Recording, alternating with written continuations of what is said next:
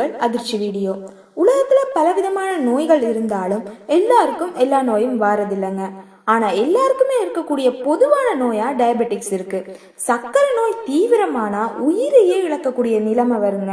எனவே இந்த சர்க்கரை நோய் முற்றிய நிலையில இருந்தா உடனே அதை கட்டுப்படுத்துற முயற்சியில நாங்க ஈடுபட வேணும். இந்த சர்க்கரை நோயை கட்டுப்படுத்த ஒரு அற்புத மருந்து இங்க சொல்லப்பட்டிருக்குங்க.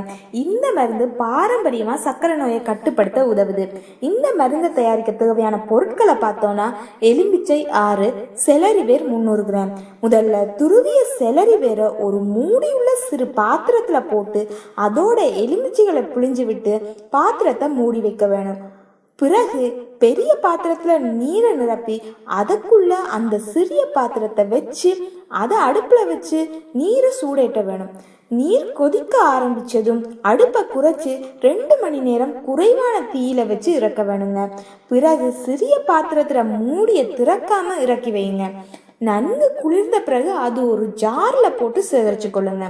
இந்த மருந்தை தினமும் காலையில எழுந்ததும் வெறும் வயிற்றுல காலை உணவு உண்பதற்கு 30 நிமிடத்துக்கு முன்பு 1 ஸ்பூன் சாப்பிடுங்க.